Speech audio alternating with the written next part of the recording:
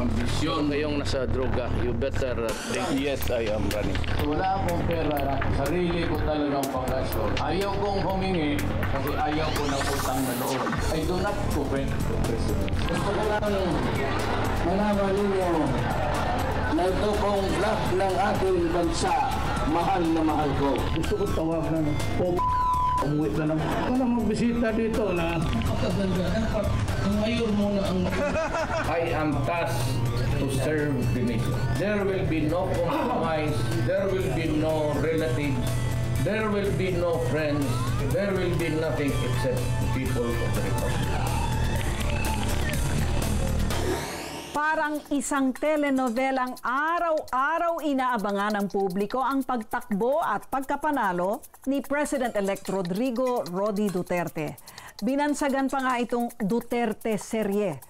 Ano mang sabihin niya, kundi man ikatutuwa ng ilan, ikinagagalit naman ng iba. Papaano nga bang ang alkalde ng isang lungsod sa Mindanao na mayroon lamang 2 milyong katao ang siya ngayong mamumuno sa higit 110 milyong Pinoy? Magandang gabi, ako po si Lucy Cruz Valdez. Samahan niyo po akong balikan ang pambihirang biyahe ng Pangulong Promby.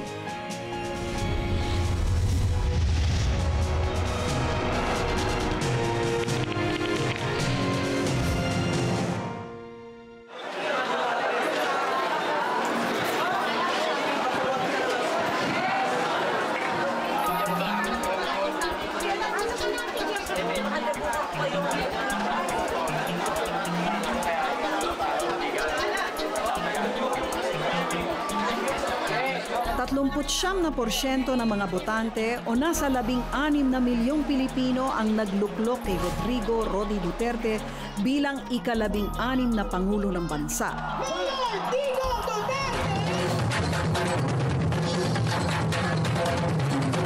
God bless our new President, Rodrigo Rody Duterte. Kaliwat kanan ang mga pagdiriwang sa kanyang landslide na panalo.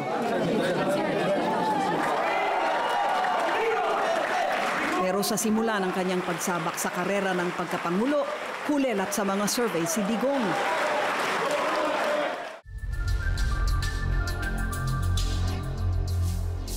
At ang kanyang biyahe papuntang Malacanang maihahalin tulad sa isang roller coaster ride.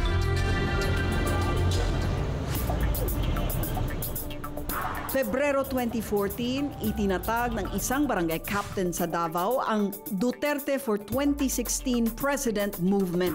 Ang nais ni Kapitan Mar Masanggid makalikom ng 9 na milyong pirma para kumbinsihin ang alkalde na tumakbo. Nakita ko si Mayor pag sinabi na alam man ni Carrillo, sinusunod ng mga tao. Pag sinabi ni Mayor na walang magpaputok during December, yun din sinusunod ng mga tao. The only person can unite the Filipino people. Pero ang taong sentro ng kanilang panawagan, makailang beses tumanggi na tumakbo. Sa kanyang programa sa telebisyon sa Davao na Gikan sa Masa, Marso pa lang ng 2014, sinabi na ni Digong wala raw makapagpapatakbo sa kanya. Hindi nagpatinag ang supporters ni Digong. Ipinakita nila ang kanilang puwersa sa isang rally sa Davao noong March 29, 2014. Nahigitan din nila kalaunan ang kanilang target. 11 milyon ang pumirma sa kanilang panawagan. Pero matindi pa rin ang pagtanggi ng alkalde na ikinadismaya ng kanyang mga supporter. Alam mo nung palaging umatras si Mayor Duterte, pati yung mga tao na mga Dabawenyo, umatras rin. Parang suntok sa langit itong ginagawa namin. Setyembre 2014, inalok ni Senadora Miriam Santiago si Digong na maging bise nito. Pero kahit yun, tinanggihan ni Duterte. I'm really flattered, honored by the declaration of Senator Santiago. But unfortunately, I said, I am not good for national office. And besides, I intend to retire after this term. Nanahimik ang mga panawagan kay Duterte sa pagtatapos ng 2014. Hindi ako tatakbo ng presidente. Wala akong ambisyon maging presidente.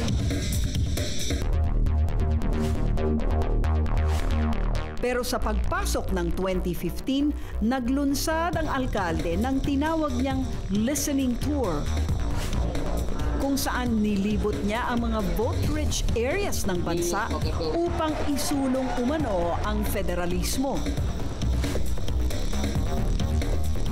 Pero maraming pumuna na tila hindi talaga federalismo ang layunin ng listening tour, kundi ang pulsuhan ang mga botante. Nung initially, umiikot siya, yung tinatawag niyang listening tours, ginawa niya yun sa federalism. Kahit hindi maintindihan ng tao ano ba yung federalism, dahil bago. Bakit niya ginagawa yun? Oo, di ba? Hindi naman siya nagsasabing, tatakbo ako. Hindi, nakikinig lang ako. Kinukuha ko ang pulso ng taong bayan. And then, siguro ang isang very strategic move doon, na-entice ang tao kasi may isang taong umiikot pero hindi naman tatakbo. So, naaangat yung emotion na, uy, may taong taga Mindanao, lalaban. Sino ba yan?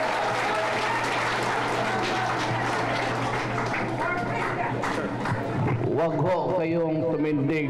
Hindi po ako pare. Bagamat mariing itinatanggi ng kampo ni Duterte na namumulso lang sila noon, kalaunan ay inamin nila na dito nila unang nakitang malakas ang hatak ni Mayor Rodi. Ito'y ayon na rin mismo sa kanyang executive assistant na si Bongo. Pero alam mo, walang nakikinig sa federalism. The interest of the people on his space. Sabi ko, Mayor, parang hindi masyado nakikinig yung tao about, they're not interested about what you're saying on federalism. Interesado sila kung ano yung pinagsasabi mo. Iba yung karisma ni Mayor sa publiko. Malalaman mo, nakikinig talaga sila. Patuloy siyang umikot at doon niya naramdaman na talagang minamahal siya ng tao. Nakapagtataka rin na sa kabila ng pagiging isang umano'y simpleng listening tour, namumudmod ang kampo ni Digong na mga t-shirt, boulder bracelet, stickers at magazines na mistulang mga campaign paraphernalia. At sa lakas ng sigawan, aakalain mong isa itong kampanya. Pero tila bingi o nagbibingi-bingihan sa mga paulit-ulit na sigaw at panawagan ang anak ng Mindanao. May medical issues na rin ako, matanda na ako. Had God wanted me to be mayor, president, He would have opened the door for me when I was younger.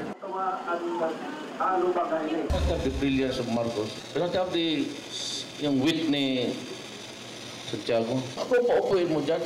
Sa kaliit-liit kong itong taga Mindanao, hindi ako papayag, mapahiya ako. Wala akong pera, sarili ko talagang panggastos. Ayaw kong humingi kasi ayaw ko ng utang na loob. I do not covet the presidency. Sa kabila nito, mahilig magpahaging ang alkalde sa mga matutunog na pangalang tatakbo sa eleksyon. Maruhas, hindi ko na nakita si Mark. Kailangan niyo si Mark? Po, good. Sis Escudero, good. Mar, good. Binay, good. Si Duterte, very good. Ilan ba ang score ni Binay ngayon? 32. Kung mag-82 ako, takbo ako. Hindi rin siya umaatras sa tuwing matatanong kung anong gagawin niya sakaling maluklok bilang pinuno ng bansa. Gumawa na kayo ng maraming punerarya dito. Patay lahat. Ordinaryo lang ako na killer. I will close Congress. Kunin ko yung pera with so many billions there, I will use it to increase the salaries of the teachers, of the police or military. Agosto 2015, 9 na buwan bago mag-eleksyon, umiinit ang politika. Si Senator Grace Poe akmang tatakbo na bilang presidente at nakikipagpulong sa mga partidong pwedeng magdala sa kanya. Si Mar Rojas naman naghahanap ng kapalit ni Senator Poe bilang kanyang running mate. Si VP Binay lang noon ang tiyak na kakandidato, samantalang si Digong patalim na ng patalim ang mga pahayag. If I become president, I can assure you, upon the grave of my father, the charges won't be corruption. But it would be something like multiple murders and genocide. Kasi hindi ko kaya magtingin ng itong bayan ko na ganito. They will just have to stop And if I ever get to file a certificate of candidacy for president, I'm telling the Filipino people now, do not vote for me because it will be bloody. At nang akala ng marami ay akmang magdedeklara na si Digong, biglang kumambyo na naman ito. Nang umupo sa happy hour ng News 5, muli niyang pinagdiinang hindi siya tatakbo. There never was an occasion they said that I'm running for president in this country. Never. Every time I'm in a crowd, maybe in a conference or seminar or convention, I get to be the welcome address as the mayor. Wala talaga akong sinabing tatakbo ako. Sa mga matutunog na pangalan inaasang... Sa naging panayam ko sa kanya sa programang Reaksyon, hinisa-isa ni Digong noon ang kanyang mga rason sa hindi pagtakbo. Mahirap kasi maniwala, sir, kasi napaka-aktibo ninyo sa inyong mga listening tours. Biglang, hindi pala kayo tatakbo. What was that all about? Alam mo kasi, may 3 akong binigay, matanda na ako. Tapos, ayaw ng pamilya ko, which is really tama. Hindi ko naman maipalit yung edad ko. The family sentiment talagang ayaw. Yung Bakit po ayaw nila? Kasi naawa. Alam nila ang sakit ko. That I have a spinal issue, meron akong... Tsaka I acquired Burgess disease, sigarilyo. That's why Davao City, no smoking.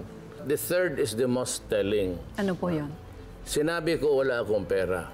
Walang tao dito sa Pilipinas na magsabi, tatakbo siya ng presidente at kunin niya lahat sa bulsa niya yung pera. Pero bingi rin sa kanyang pag-ayaw ang patuloy na lumolobong bilang ng mga suporter ni Digong. Ang karisma niya lumabas na sa isla ng Mindanao. Bago matapos ang buwan ng Setyembre, 50,000 katao ang nagpakita ng puwersa sa Quirino Grandstand. Kailangan tumakbo siya, kailangan magbagong Pilipinas. Bukod sa signature campaign, nag-donate din ng piso ang lahat ng lumahok bilang tugon sa iniinda ni Digong na kawalan ng pondo at makinarya. Kung magkakaisa ang boto ng Mindanao at saka mga Kabisayaan, pati na rin po yung ibang panig ng bansa, ibang lalawigan, panorte hanggang south, may pag-asa po. Kasabay nito, nagsimulang paandarin ng kanyang mga taga-suporta ang isang makabagong makinarya. Pinatrending nila ang #Duterte2016 na umabot sa halos 2 milyon ang online reach at 2.6 million ang bilang ng impressions. Hindi man nakarating ang alkalde sa Quirino Grandstand, nagpaabot naman siya ng mensahe ng pasasalamat at muli humingi ng panahong pag-isipan ang kanyang desisyon. In order to have a soul searching, you must have a soul to search.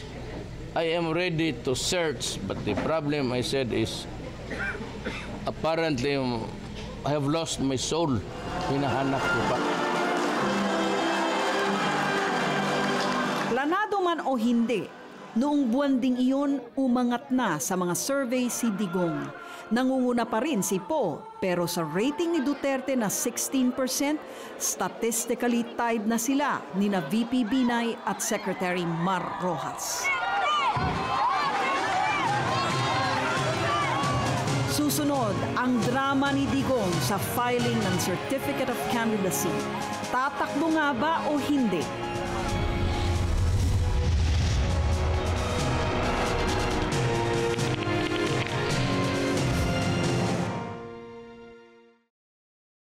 Be sure to come back. Use 5 everywhere. Copyright 2016.